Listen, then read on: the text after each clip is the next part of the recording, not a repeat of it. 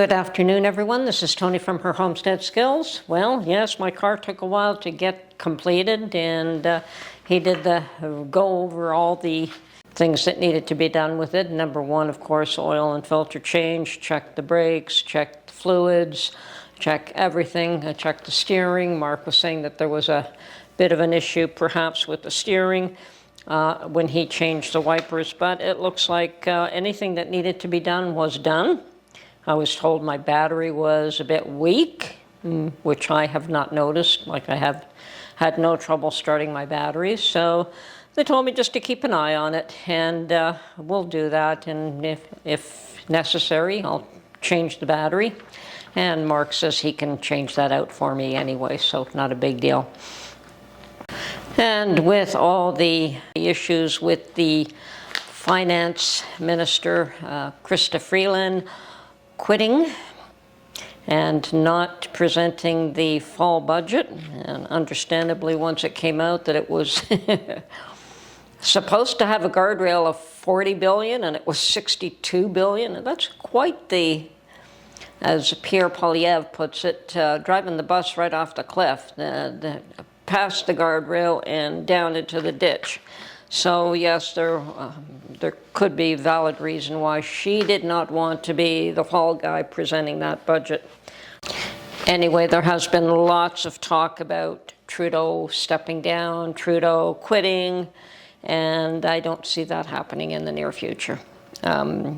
We've heard nothing, but government is out for holiday until the end of January at this point, so they have done all the business they're going to before the holidays, and so they've shut down, and that gives him the opportunity to allow this to dissipate, fall by the wayside, and consider his options. And from what I know, his options are resign, which is what every other party leader has been asking him to do.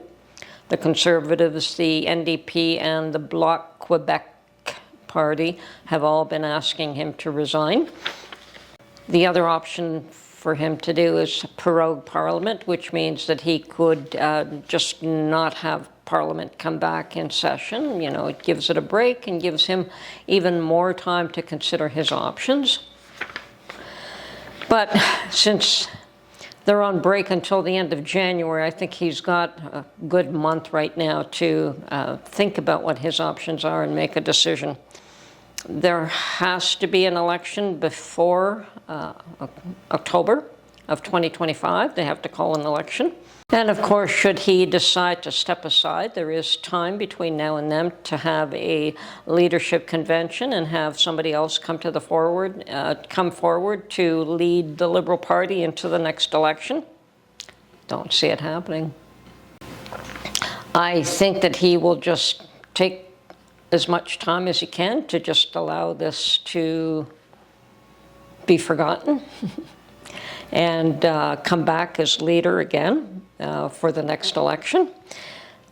Another option, of course, is that he does continue to stay on, and come March, the NDP pulls their support totally. At that point, Mr. Jagmeet Singh will have his pension locked up, so as of March, he could pull his support.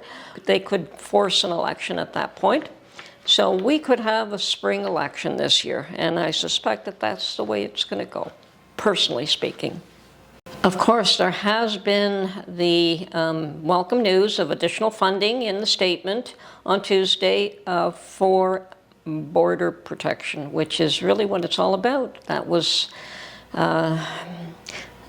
what the implied tariffs were trying to resolve, the issues at the border. So let's see, government did earmark $1.3 billion for border security. So we don't know exactly how that will roll out, but they do have a plan without a lot of detail, of course. And they claim that this plan was underway months before Trump's threat of tariffs, but we'll see. And apparently the plan includes detecting and disrupting fentanyl trade, and there'll be new tools for law enforcement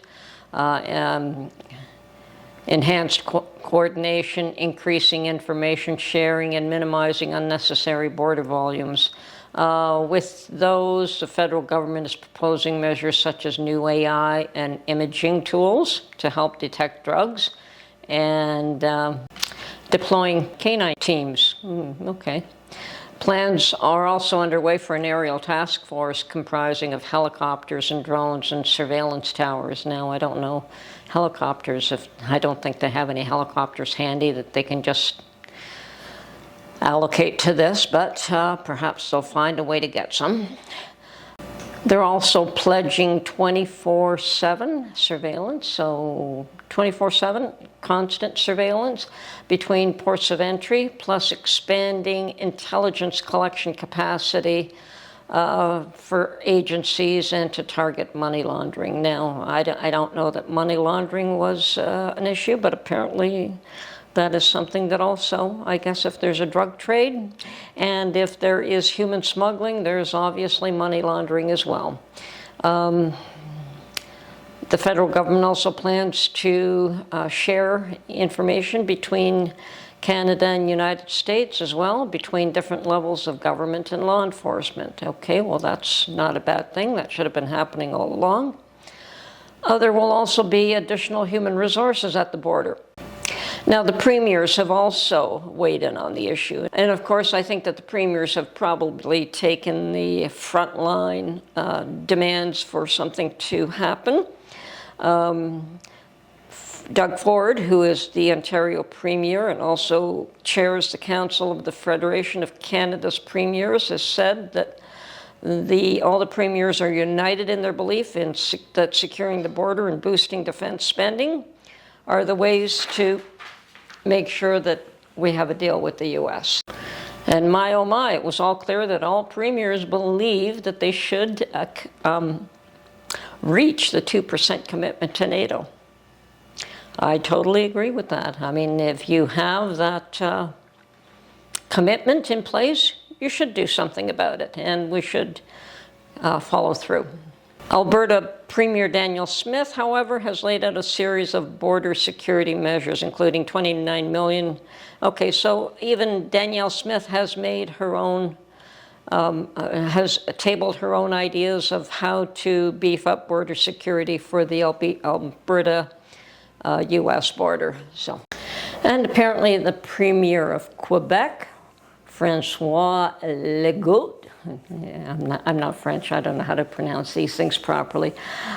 He apparently did meet with Trump when they were in France for the unveiling of the Notre Dame Cathedral, and apparently he spoke to Trump then, who assured him that if they firmed up the borders, it wouldn't be an issue. And of course, the province of Quebec is where most of the border crossings occur. So it's probably fairly important that they speak to them. Now, all of this, even though the provinces seem to be taking the lead and making decisions. I know that Trudeau called a meeting and had all the premiers come together and discuss this. And it would appear as though the premiers are the ones that are taking the lead and saying that they're going to do this and they're going to do that and they want to see this happen and so on and so forth. It is not a provincial matter, it is a federal matter. And as far as I'm concerned, I don't really believe that Trudeau will be in power too long anyway. So they could make plans and all is well and good, but I suspect that it will be up to Pierre Poilievre to firm up or change those plans or, probably enhance them. We'll have to see what happens, but at least there is discussions on what needs to be done, and it's about time. Those are the issues that Trump was worried about, and as far as I'm concerned, Canada should have been concerned about them as well.